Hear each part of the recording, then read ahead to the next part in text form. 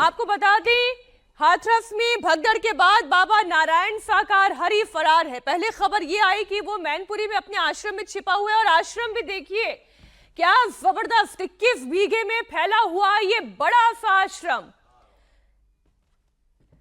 बाबा को पुलिस ढूंढ रही है, लेकिन बाबा कहां छिपा बैठा है अभी तक इसके बारे में कोई जानकारी नहीं मिल पाई है। मैनपुरी में बाबा के आश्रम की जो तस्वीरें सामने आई हैं वो आपकी आंखों को चौंधिया देगी। क्यों मैं ऐसा कह रही हूं, जरा देखिए तो 21 बीघे में इतनी बड़ी प्रॉपर्टी, बाबा का मैनपुरी का ये आश्रम, जिसमें वो किसी आश्रम आप इसे बोलिए या कोई 5 स्टार प्रॉपर्टी की तरह आप बोलिए, बड़ी सी तस्वीर बाबा की यहां पर लगी हुई है। बाबा का यह आश्रम मैनपुरी के बिछुआ इलाके में बना हुआ है और कुल 21 बीघा जमीन पर यह आश्रम तैयार किया गया है। इस आश्रम में लंबी चौड़ी दीवारों के पीछे क्या घटित हो रहा है ये बाहर खड़ा हुआ कोई शख्स नहीं बता पाएगा, क्योंकि दीवारें किसी किले की तरह ऊंची ऊंची तैयार की गई है। अंदर किसी को भी बिना इजाजत के जाने की इजाजत ही नहीं है। बिना परमिशन के कोई अंदर परिंदा पर नहीं मार सकता। इस आश्रम की चारों तरफ 12 फीट ऊंची 4 दीवारी है, तो आश्रम का मेन गेट 25 फीट ऊंचा है। ये तस्वीर आप देखिए, ये आश्रम के अंदर की तस्वीरें अब धीरे धीरे सामने आने लगी है।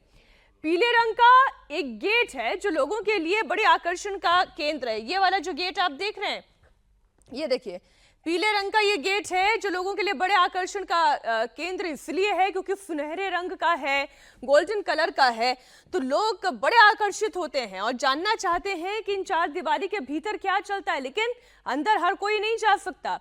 ये देखिए कितना बड़ा आश्रम तैयार किया गया है, ऊंची ऊंची दीवारें, उन दीवारों के अंदर बड़ी सी प्रॉपर्टी, कुछ शामियाने लगे हुए हैं, कुछ इस तरीके के कैनोपीज बनाई गई है, नेचुरल लुक देने की कोशिश की गई है।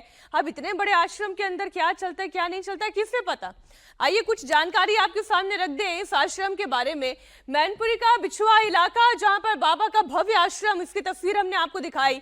आश्रम में 5 स्टार होटल जैसी सारी सुविधाएं हैं। आश्रम के अंदर किसी को भी जाने की इजाजत नहीं है।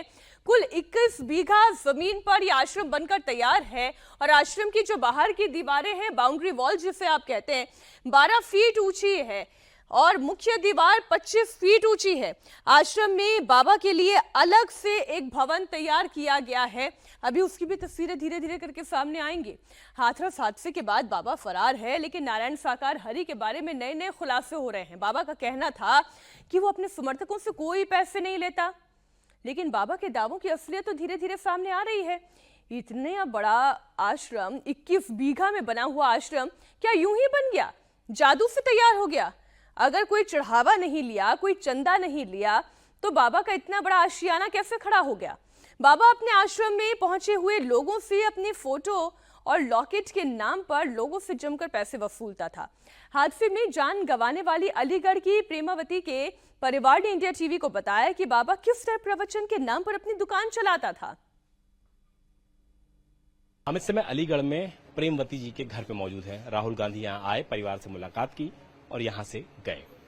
परिवार परेशान है, परिवार दुखी है और परिवार चाहता है कि इस मामले में कड़ा एक्शन हो, लेकिन जांच में सामने आ रहा है, जैसा कि बाबा कहता था कि वो पैसा नहीं लेता है, चंदा नहीं लेता है, लेकिन बाबा ने दुकान चला रखी थी। भक्तों को दुकान पे सौदे बेचे जाते थे। ये देखिए, ये फोटो है जो अंधविश्वास में लोग इसको अपने भगवान के स्थान पर जगह देते हैं।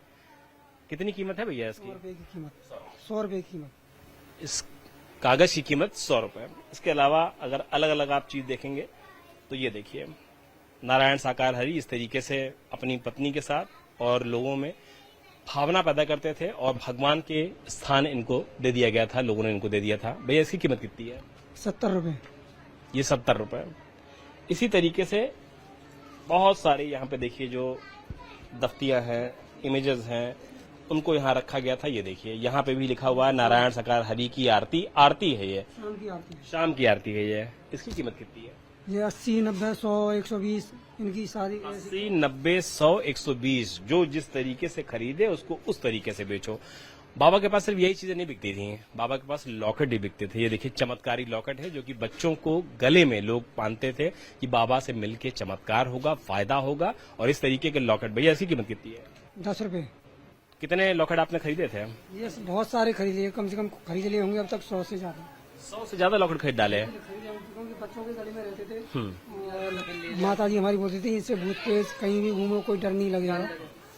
इस चक्कर में बच्चों के गले में बच्चे डाल देते और खेलते कूदने में तोड़ देते थे, फिर दोबारा आ जाता है। तो अब आपने इन लॉकेटों को हटा दिया है, अब इन लॉकेटों की जगह कहाँ है? ये गटर के पास डाल दिया हमने, कूड़ेदान में डाल दिया, कूड़ेदान में डाल दिया। कोई फायदा नहीं हुआ। कोई फायदा नहीं। फायदा क्या होगा, हमारी हम सबसे बड़ी जायदाद हमारी जो हमारी माता थी वही चली गई। अब फायदा क्या होगा इससे?